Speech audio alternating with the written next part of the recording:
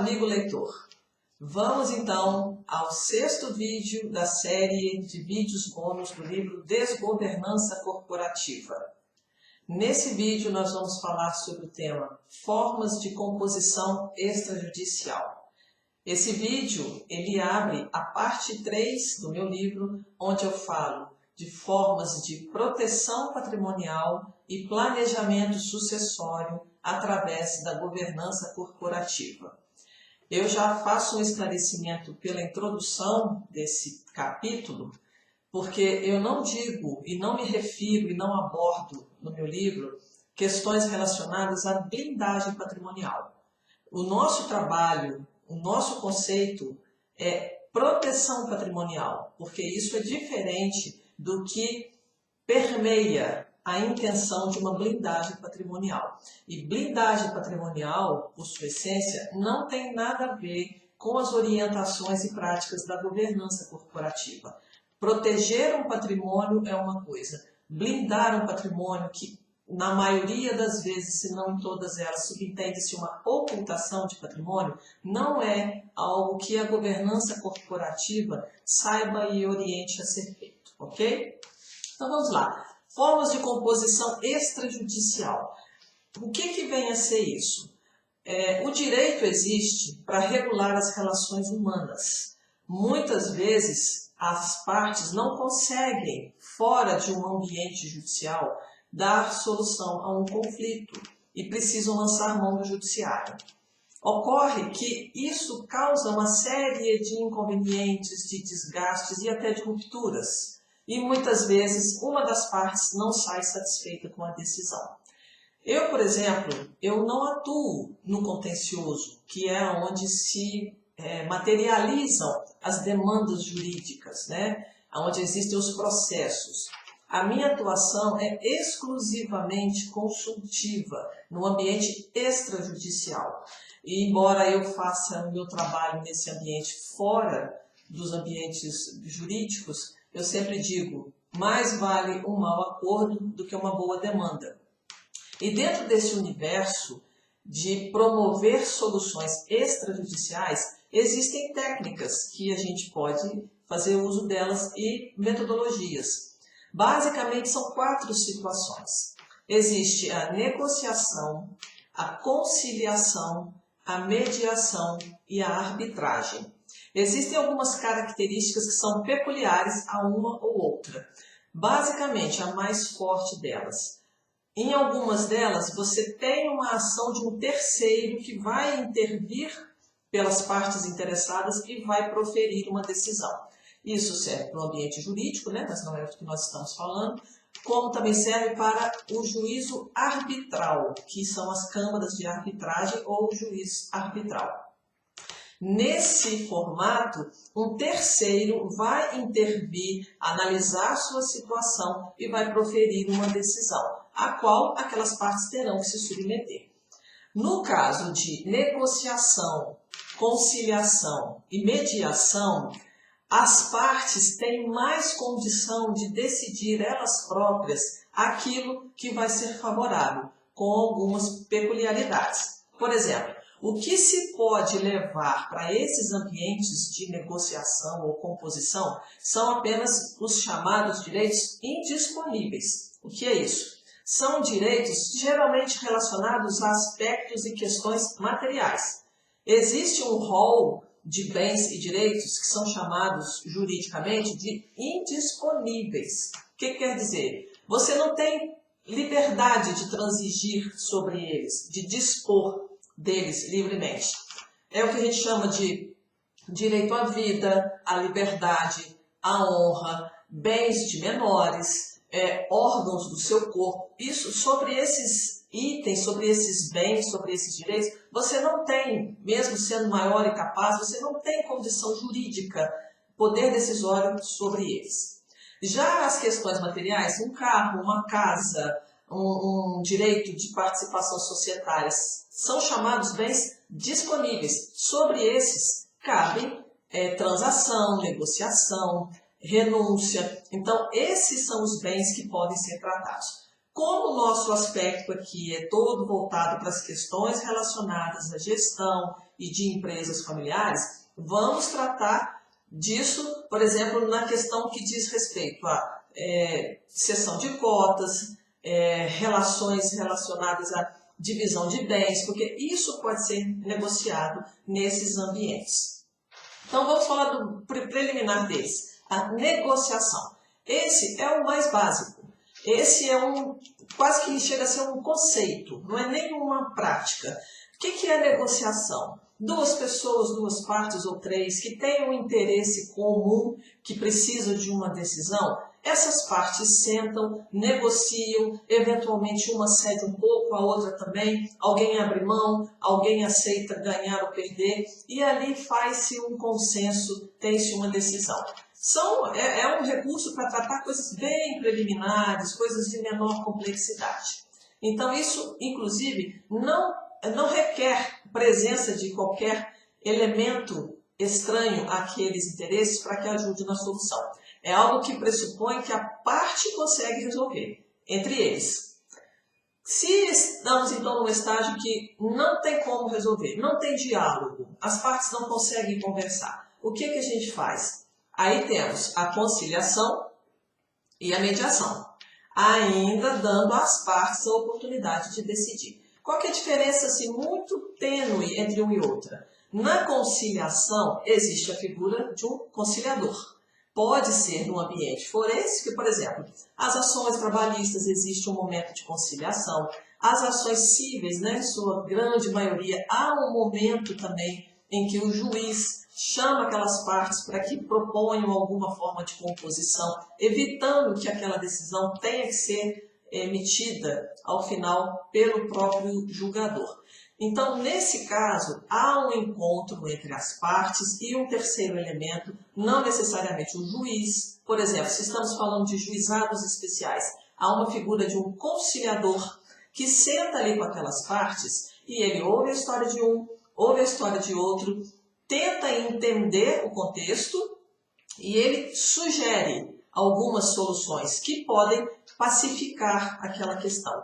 Também só cabe esse tipo de ação, de investida, e se estamos tratando de direitos indisponíveis. Qual que é a diferença disso para a mediação?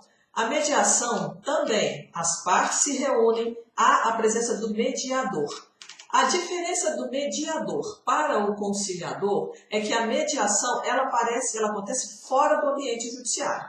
A mediação é quando as partes que têm um nível de diálogo mais inteligente, equilibrado, embora não estejam conseguindo achar um ponto comum, chamam um terceiro, uma pessoa que na verdade o papel dela é trazer equilíbrio para o diálogo, para que aquelas partes entre si consigam uma solução. Diferente do conciliador, o mediador não propõe nenhum tipo de solução. O papel dele é falar para a parte A quais são os benefícios ou malefícios daquilo que B propõe e falar para B o que são vantagens ou malefícios do que A propõe.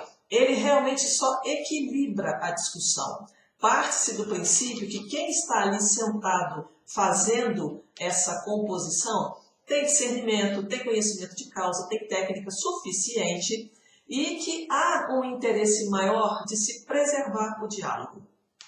Outra característica também das questões que correm no âmbito da conciliação e da mediação é que na conciliação, geralmente, que se leva para o ambiente de conciliação são coisas que não terão continuidade no relacionamento das partes. Outra característica da mediação é a preservação das relações humanas entre aquelas partes envolvidas. Porque o ideal, o que se espera na conciliação, é que aquele direito seja protegido, independente de como fique a relação e o bem-estar entre as partes. Ali olha-se apenas para o direito. E muitas vezes pode ser que um ou outro não saia muito satisfeito, entendendo, poxa vida, podia ser diferente, mas eu abri mão porque achei que era a melhor solução. Na mediação, o espírito que conduz a mediação já não é assim. O mediador, ele fica ali o tempo todo fazendo um trabalho para equilibrar o diálogo e fazer cada parte entender o que pode ser bom e ruim para um e para outro, mas com o intuito de preservar a relação daquelas partes ali. Isso nós estamos falando de sócios de empresas, de relações familiares, em alguns casos até de relação de cliente-fornecedor, onde haja uma relação mais continuada. Então esses aspectos são o que mais difere um do outro. E quando chegamos assim no último formato de composição extrajudicial, que é a arbitragem, ela pode acontecer em dois formatos, com um juiz arbitral ou com uma câmara de arbitragem. Isso é sempre decidido pelas partes. Porém, ali as partes vão manifestar o seu desejo, a sua intenção, as suas expectativas, produzir os seus argumentos e provas, mas quem vai decidir o que é o justo para eles é o juiz ou a Câmara. E sobre essa decisão, não cabe nenhum tipo de recurso e ela nem está sujeita a uma homologação judicial, ou seja, ela é soberana. E ali, fatalmente, pode haver sim uma situação de que alguém vai ter a impressão ou a sensação de que perdeu. Né? A gente fala, na conciliação, pode ser que haja o ganha-ganha. Na mediação, a ideia sempre é que haja o ganha-ganha. No judiciário, há um ganha-perde, porque não há uma decisão que possa agradar as duas partes no judiciário. E na Câmara de Arbitragem, no juiz arbitral também é assim. Alguém pode sentir que perdeu. Então, ali a relação também é ganha-perde.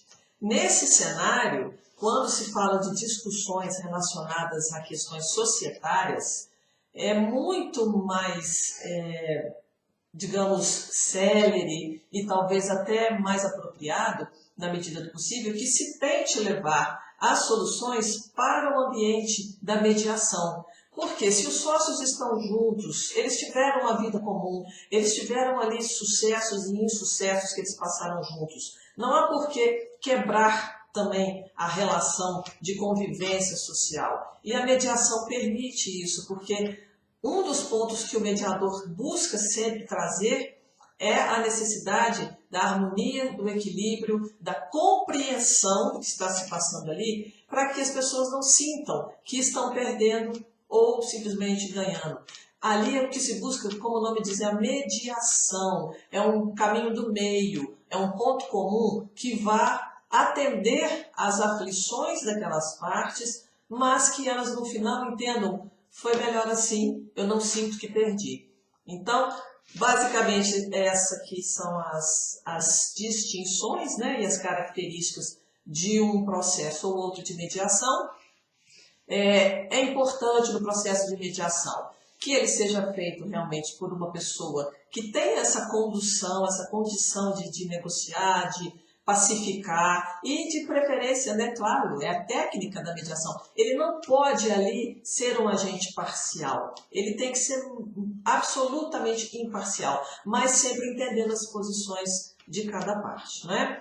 Na conciliação, como eu disse, o conciliador, na verdade, ele sugere algumas medidas ou uma medida que possa acabar com o problema, porque pressupõe que o perfil das pessoas que estão ali no ambiente da conciliação não tem essa maturidade, não tem essa compreensão jurídica, muitas vezes, das coisas, e levam ali uma carga de emoção muito grande, que às vezes interfere na condução, para evitar as agressões. Então, o conciliador intervém e propõe. Na mediação, não. O mediador apenas tenta sempre trazer o equilíbrio, aproveitando a versão e os argumentos de cada parte, ok? Então, nas questões societárias, sempre que possível, eu oriento as pessoas que buscam comigo algum tipo de orientação que façam uso das vias extrajudiciais.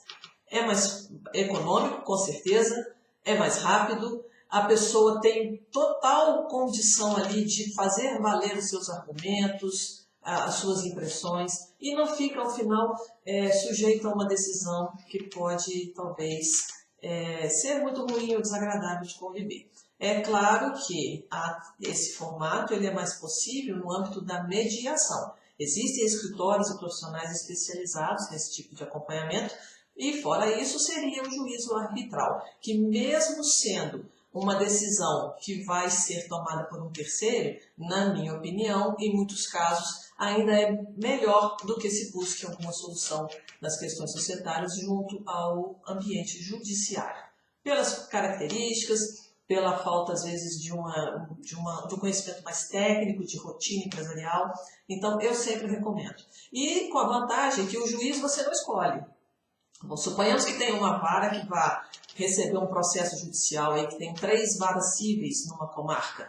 O processo ele é distribuído num protocolo e você não sabe para qual vara ele vai. E às vezes os juízes têm posturas, compreensões diferentes, tendências diferentes. No juízo arbitral, não. As partes têm a liberdade de escolher um árbitro em consenso e isso também já é um ponto muito favorável, não é? Porque depois aquela decisão, ela, se for gerar algum efeito, algum impacto, a pessoa pelo menos sabe, poxa vida, foi eu mesmo que escolhi, então o que eu mais posso fazer? Aceitar essa decisão, ok? Então esse é o que eu queria falar, é o que eu tinha para falar para vocês. Se vocês quiserem saber um pouco mais, como eu tenho dito, manda sua mensagem, vamos conversar e vamos para o próximo vídeo.